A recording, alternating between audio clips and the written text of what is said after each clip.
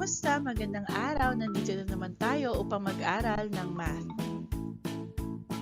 Ang topic natin ngayon ay solving quadratic equation by extracting the square root. Reviewin muna natin na ang quadratic equation ay isang equation kung saan ang highest exponent natin ay 2. Isang example natin yung 3x squared plus x minus 1 equals 0, kung saan ang 3x squared natin ang ating quadratic term, ang x naman natin ang ating linear term, at ang negative 1 natin ang ating constant.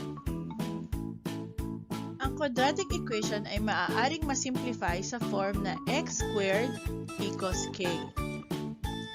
Ang tawag sa method kung saan masosolve natin ang quadratic equation na ito ay extracting square root. Kapag nagsosolve tayo ng quadratic equation gamit ang pag-extract ng square roots, ina-apply natin itong tatlong principles na ito. Una, kapag ang value ng k ay mas malaki kesa sa 0 o it's a positive real number, then x squared equals k has two real solutions or root. Pwede isang positive at isang negative. Kung ang value naman ng k ay eksaktong equal sa 0, then yung root natin ay 0 din. And finally, kung ang k ay mas maliit sa 0 o ito ay negative value, ibig sabihin wala itong real solution or root. Ngayon, subukan nating mag-solve kung ang value ng k ay mas malaki kesa sa 0. Our first example is x squared minus 16. So, una, isusulat muna natin siya dun sa form na x squared equals k. So, ililipat natin yung 16 sa kabilang side ng equation gamit ang APE, kung anong in-add sa kanan, yun din ang i-add sa kaliwa.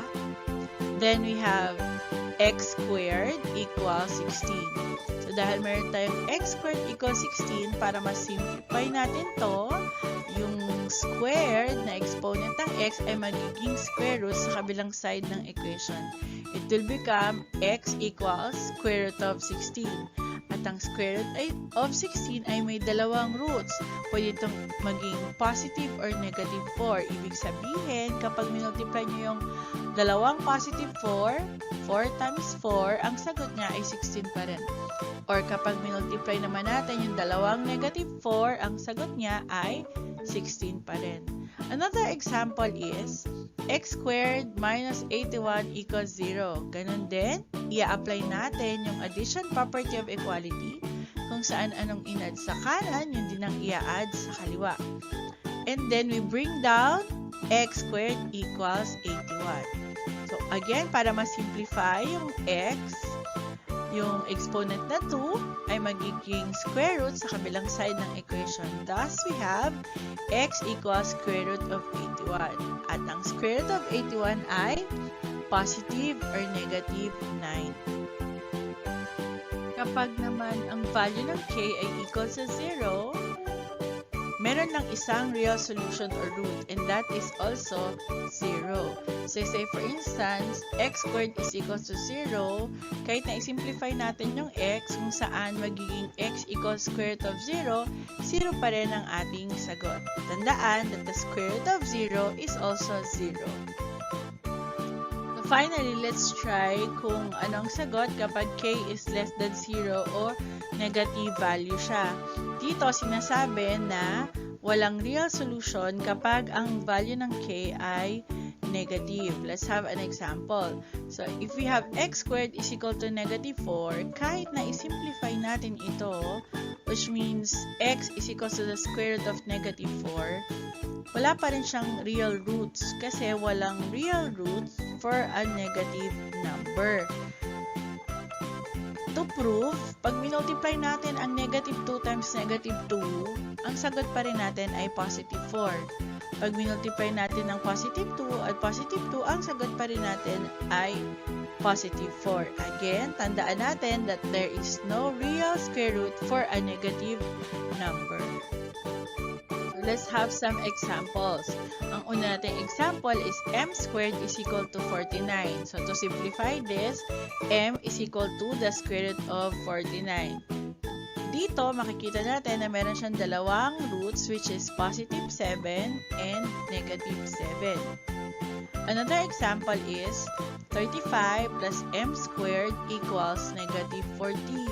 So, ang una natin gagawin is ililipat muna natin yung 35 sa kabilang side of the equation gamit ang APE. Meaning, kung ano ang in-add mo sa kabilang side, yun din ang i-add mo dun sa kabila pa. And if we do that, we bring down m squared is equal to negative 49. Dahil pareha silang negative, in-add natin sila and the answer is 49. If we're going to simplify this, m is equal to the square root of negative 49.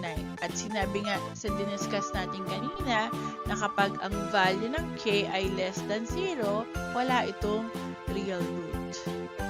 Let's have another set of examples. So, halimbawa, meron tayong 2a squared equals 162. So, nakita natin na yung ating quadratic term ay may coefficient na 2. Para mawala siya doon, we simplify it by using division property of equality kung saan i-divide natin ang both sides of the equation by 2. So, since ma-cancel out siya, matitira na lang is yung a squared equals 81. Kasi 162 divided by 2 is 81. Ngayon, para ma-simplify natin yung a, so magiging a is equal to square root of 81. And ang square root ng 81 ay 9. So, meron tayong dalawang real roots which is isang positive 9 at isang negative 9. Another example is m minus 2 squared. Or rather, quantity m minus 2 quantity squared is equal to negative 2m plus 4. So, i-simplify muna natin yung square of binomial. Ito po yun. Para ma-simplify natin siya, una, we square the first term, so that is m squared, and then we multiply the first term by the second term. So, m times negative 2 is negative 2m, and then we square the second term. So, negative 2 times negative 2 is positive 4. So, equals, i-rewrite lang natin yun, negative 2m plus 4. Then we have positive 2m minus 4 equals positive 2m minus 4. Dito, ginamitan na natin ng addition property of equality. So, pinagsabay na natin since parehas naman siya.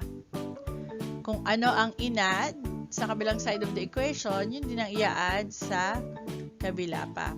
So, dahil dyan, magkaiba sila ng sign, magiging 0 na lang sila. So, m squared equals 0. At kapag ang value ng k natin ay 0, alam natin na the root is also 0. Tandaan natin na mas mapapadali yung pag-solve natin ng quadratic equation by finding the square root kung alam natin paano mag-simplify ng equation. So, be sure na na-review natin yung mga properties na kailangan natin para mag-simplify ng isang equation para maging mas mabilis ito para sa atin. Salamat! Hanggang sa muli!